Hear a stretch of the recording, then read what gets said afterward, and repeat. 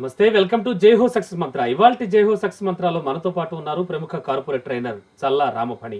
ఆయన అడిగి ఇవాళ టాపిక్ ఏంటో తెలుసుకుందాం. సార్ నమస్తే. నమస్తే అండి. ఈరోజు మన topic work place ethics and values. అంటే పనిచేసే ప్రదేశంలో ఎటువంటి ఎథిక్స్ మనం పాటించాలంటే కనీస క్రమశిక్షణ సూత్రాలు.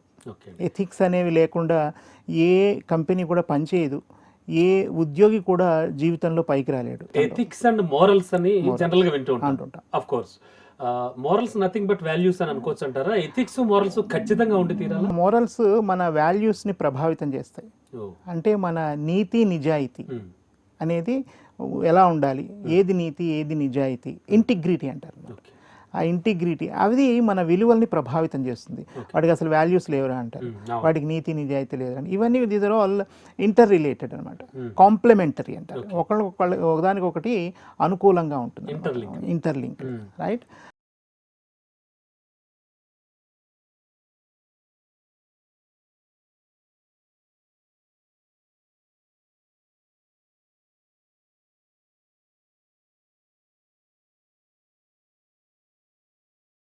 నాకు ఈ మధ్యనే ఒక కాల్ వచ్చింది.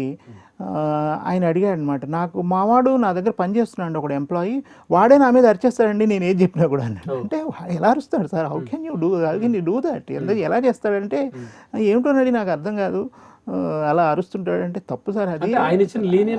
అది అదొకటి కారణం. కంపెనీలో ఎలా ప్రవర్తించాలి అనే కనీస నియమ నిబంధన లేకపోవడం. కంపెనీ యొక్క అవసరాన్ని బట్టి నీ ప్రవర్తన లేకపోతే నీ ఉద్యోగం పోతుంది, రైట్ అని చెప్తే అది బెదిరించడం కాదు, కనీసమైన వాళ్ళకి అలర్ట్ చేయడం, గుర్తు చేయడం, వాళ్ళని హెచ్చరించడం, రైట్? అలా చాలా అది మానవ వనరుల విధి నిర్వహణలో అది మొట్టమొదటి కార్యక్రమం అన్నమాట, మొట్టమొదటి పని వాళ్ళు చేయాల్సింది, హెచ్ఆర్ వాళ్ళు చేయాల్సింది అనమాట. అందుకని అది చాలా సహజం. ఎథిక్స్ అంటే మౌలికంగా చెప్పుకోవాల్సింది ఆఫీస్కి టైంకి రావడం. అబ్బా ఎంత గొప్ప విషయం చెప్పారండి, ఏ టైంకి రావాలి మాకు తెలియదా అని చాలామంది అంటారు. కానీ మీరు కనుక గమనిస్తే మీరు ఏ ఆఫీస్కి వెళ్ళండి, ఎవరు టైంకి సీట్లో ఉండరు.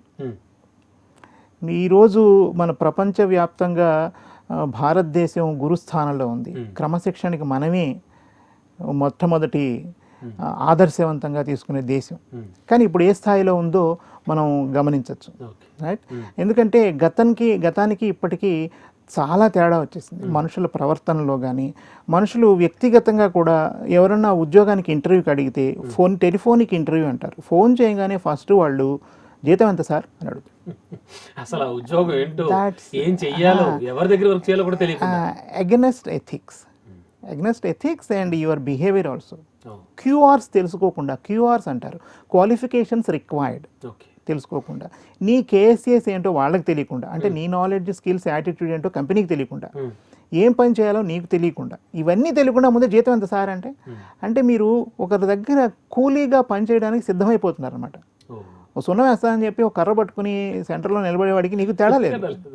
You don't have self respect. మీరు గౌరవం ఇచ్చుకుంటేనే ఎదుటి వాళ్ళు మీకు గౌరవం ఇస్తారు, రైట్? మీకు ముందే జీతం ఎంత సార్ అంటే జీతం అడగకూడదా సార్ అంటాడు. అడగచ్చు నాన్న, తప్పకుండా అడగచ్చు. But at the same time first అడగకూడదు. ఫస్ట్ చేయాల్సిన పని ఏంటి, నీ ఎథిక్స్ ఎలా ఉన్నాయి నువ్వు. దానివల్ల ఏంటంటే హెచ్ఆర్ వాళ్ళు గమనిస్తారు, వీడు ఏమిటి అడుగుతున్నాడు. ఫస్ట్ జీతం అడిగాడంటే వాడు ఏమనుకుంటాడు, మామూలుగా హ్యూమన్ నేచర్ వీడు డబ్బు మనిషి అనుకుంటాడు. కాదు, డబ్బు మనిషి కాదు పాపం, వాడి అవసరాలు వాడికి ఉన్నాయి. జీతం ఎంత అయితే మిడిల్ క్లాస్ మెంటాలిటీ మనం ఎప్పుడూ అర్థం చేసుకోవాల్సింది అది. బట్ ఒక కంపెనీలో పనిచేసే హెచ్ఆర్ వాడికి ఇవన్నీ అర్థం చేసుకోవాల్సిన అవసరం లేదు. వాడికి అనుకునే హక్కు ఉంది, ఏదైనా అనుకునే హక్కు ఉంది ఎవరికైనా కూడా, వాళ్ళ జాబే అది, రైట్? అందుకని వాళ్ళు వీడికి డబ్బు మనిషి అనుకుంటారు. జనరల్గా ఎవరైనా కంపెనీ వాళ్ళు మేము అంత ఇచ్చుకోలేమండి అంటూనే మొదలెడతారు. కోట్ల రూపాయల విలువ చేసే కంపెనీ కూడా మేము అంత ఇచ్చుకోలేము బాబు అంటారు. ఎందుకంటే వాడు వేల మందికి జీతం ఇవ్వాలి. ఒక్కొక్కరి దగ్గర 100-200 తగ్గిస్తేనే వాడి బడ్జెట్ తగ్గుతుంది, వాడి బ్యాలెన్స్ షీట్లో ఖర్చులు తగ్గుతాయి.